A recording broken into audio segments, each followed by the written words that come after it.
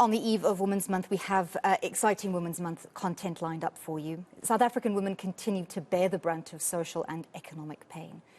As South Africa commemorates Women's Month, most women in the country are unemployed and living in poverty. The scourge of gender-based violence continues to plague our society. And as if this wasn't enough, women are facing many other challenges, including access to opportunities. But how can women be more active participants in their pursuit of socio-economic freedom and independence? For more on this, I'm joined by author Tombozi Mbewe-Ncube. Thank you so much for coming into studio to speak to us. Thank you for having me, Anne-Lee. So, the theme of this year's Women's Day is women's socio-economic rights and empowerment, building back better for women's improved resilience. How does your book, The Confident Comeback, address the issue of women's socio-economic rights as it relates specifically to resilience?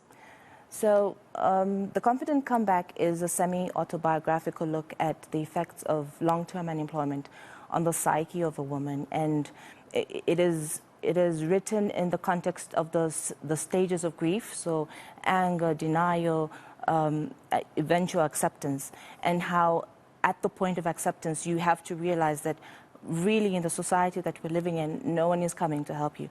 There is no Calvary. At some point, you need to begin to take back everything that has been taken away from you, the dignity that has been taken away from you by the socioeconomic environment that does not allow you to engage in viable and profitable activities that can put food on your table. As someone who has felt personally the devastating impact of long-term unemployment, talk to us about the loss of confidence that comes from that repeated rejection and that negative spiral that it creates. So I will tell you that at the beginning of my career, I was like every other graduate. You're confident, the world is your oyster.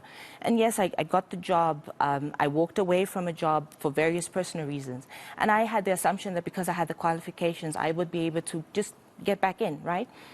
That was not the case. And so I went for a period of about 3 years where I just could not get a job. And at one point, I actually stopped applying because what was the point? There were newer, fresher versions of me that were coming, and everybody wants somebody younger and more energetic. And so you begin to feel like there's no point in you participating. You begin to hide within yourself. And the feedback that I got from writing The Confident Comeback and speaking about just the struggle was that a lot of women struggle with this. They don't know how to go back into the workplace once that dignity and the confidence and the I can do it has left you, because so many people have told you no, no, no, and you don't even understand why.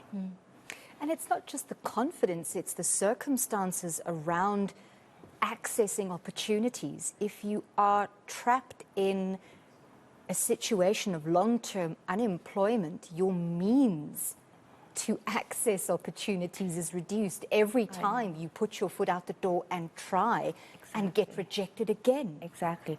I will tell you, I had one incident where I had someone write to me on LinkedIn and they were offering like a job opportunity. So let's talk about, I had no data and I missed it by like 3-4 days. And that happens. And so a lot of us take advantage of the fact that we have Wi-Fi.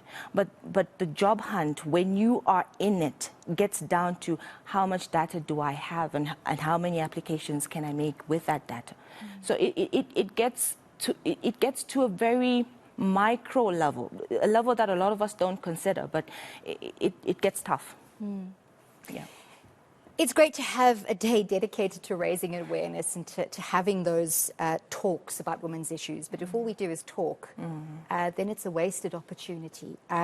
So how can government and civil society organizations provide better support services to women in these situations so that they can build personal resilience in order to change their own socioeconomic circumstances?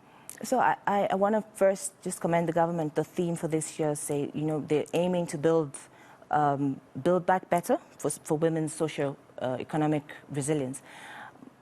But that cannot be done in the absence of taking in the effects that the socio-economic environment has on the psyche. You cannot build before fixing the mindset. And you cannot take a person who has not worked for 5 years, teach them bookkeeping and social media skills and expect them to start a business and just run with it. There is a lot that goes so the mindset needs to precede the empowerment. And so if we are talking about providing resources, opportunities and services that are going to help and enable women to engage in economic activities, we need to do it in a holistic way. We need to do it in an environment that addresses the fact that these women are not your everyday successful women who can just jump right back into the job market or the business and so on and so forth. So for me, I think that it needs to be recognized that there is an effect that happens on the mind of a woman when she has been denied, when she has been ignored, when she has been unacknowledged for so long. So your book, The Confident Comeback, is that sort of a guidebook of sorts for everyday women? Who is your target audience? I think my target audience is anyone who feels that they have been ignored, anyone who feels marginalized, anyone who feels that their struggle and all the difficulty that they've gone through has gone ignored. And what I've realized is that is a lot of women, middle-aged. That is pretty much every woman exactly. who's ever walked. And that's what I mean. So what I've realized is you could bring 10 different women here, and all of them will have a jaw-dropping story of the things that they've overcome.